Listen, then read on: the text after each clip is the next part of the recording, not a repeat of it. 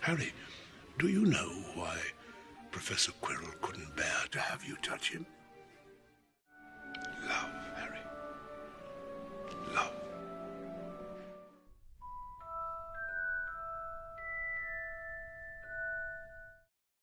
What Lav and I have, well, let's just say, there's no stopping it. It's chemical. Will it last? Who knows? Point is, I'm a free agent.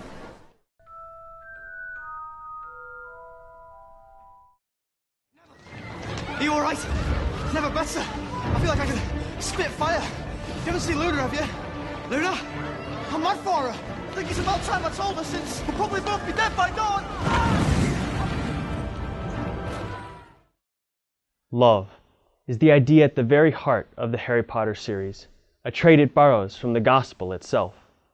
As I discussed in my 5th video, the idea that love conquers all, even death, is a hopeless fairy tale without Christ's own death and resurrection.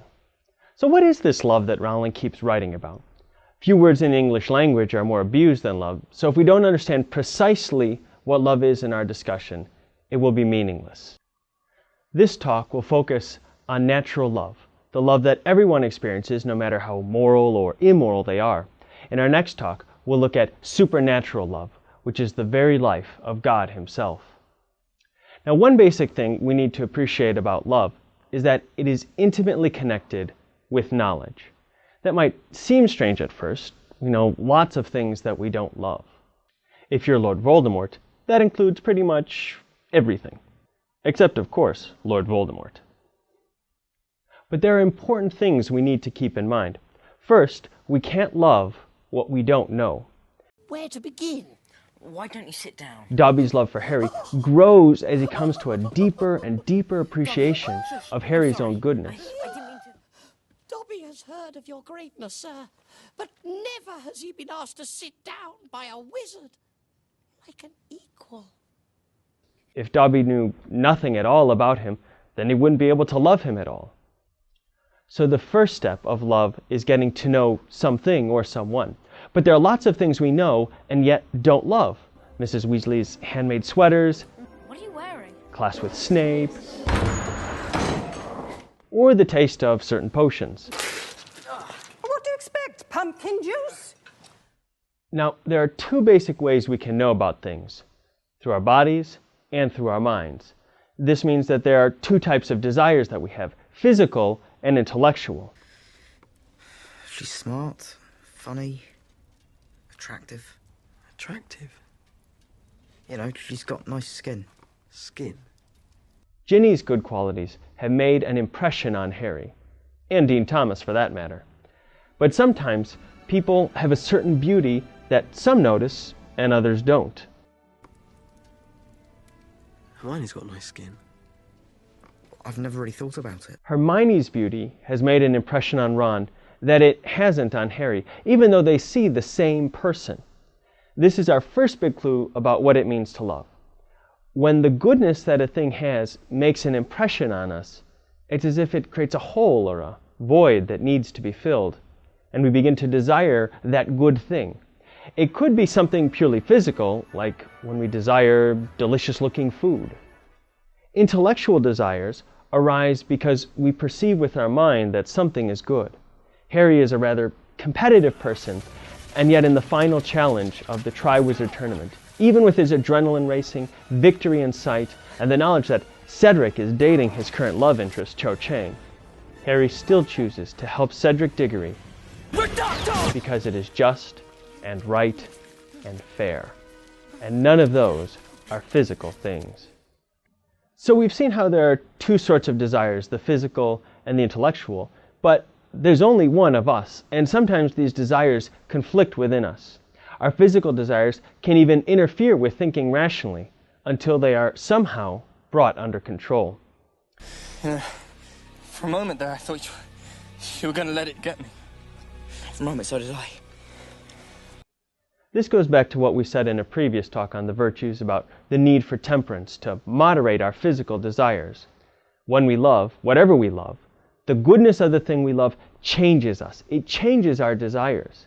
It's like the impression that a seal makes on hot wax. Our new appetite for the goodness that something else has leads us to desire it, to reach out towards it, in order to fill the void that has been created within us. If the thing we love is really like a seal placed on our hearts, then it means that we become like what we love. The goodness that we see in someone or something else leaves an impression on us.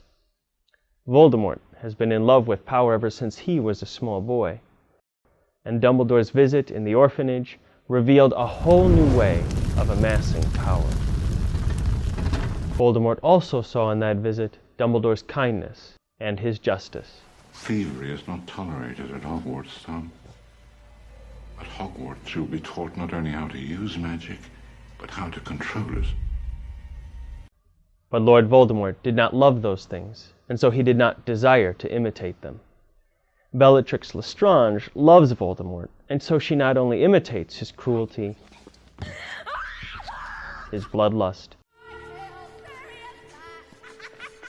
and his delight in destruction.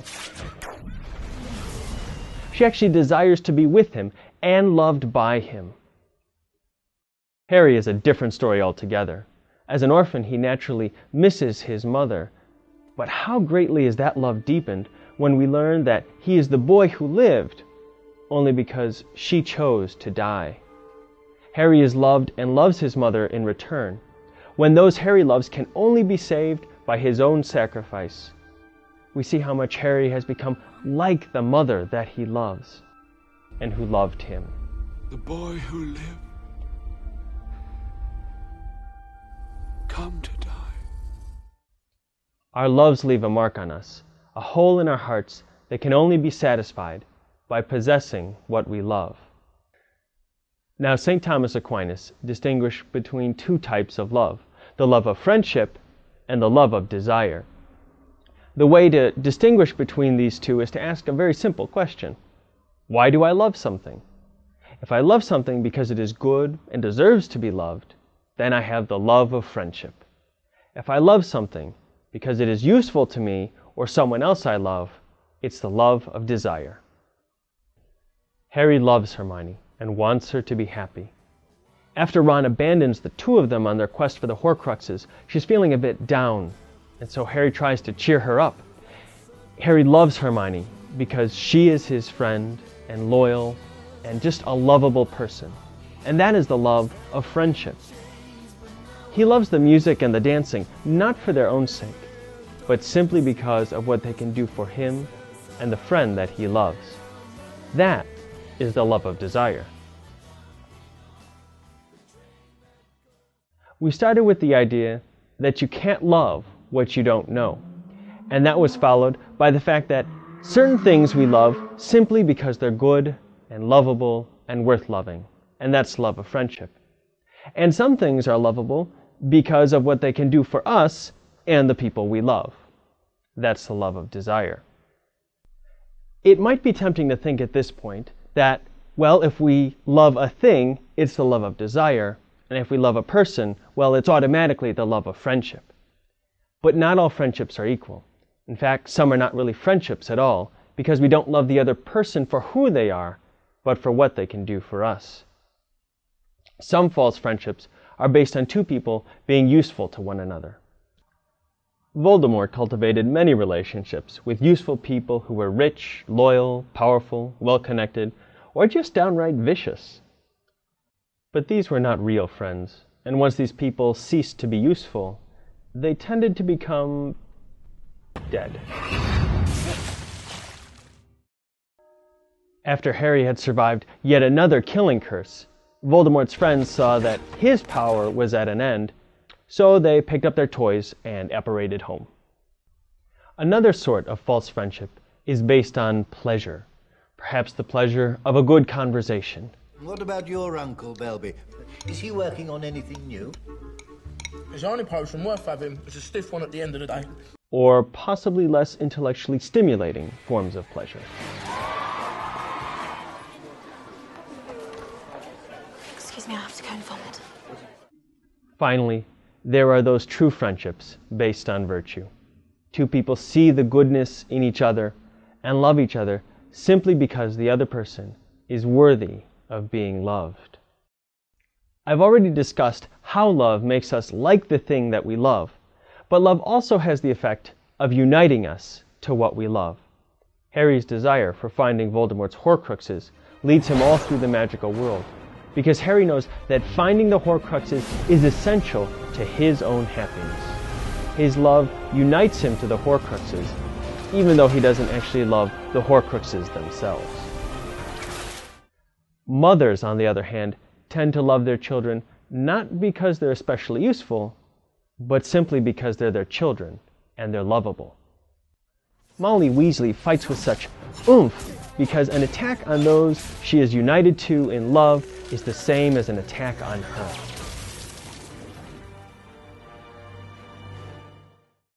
Love unites us to what we love, but the reality of this union goes even deeper because it's as if the lover, in some sense, lives inside the one they love, and the one who is loved lives inside the lover.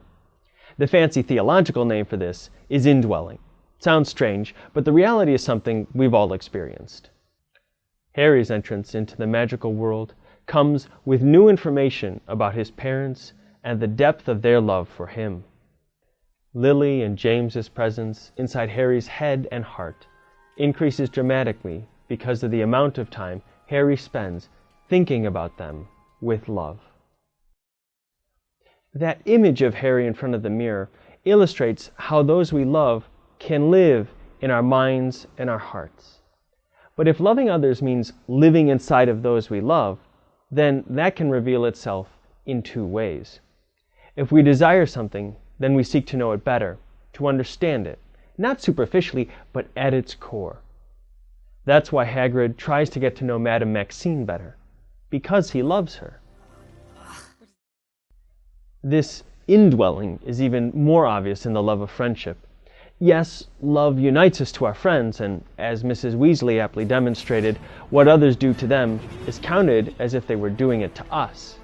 Not my daughter, you bitch. But even beyond that, when we love someone, we live in their hearts because we feel what they feel. Their joys are our joys, and their sorrows are our sorrows.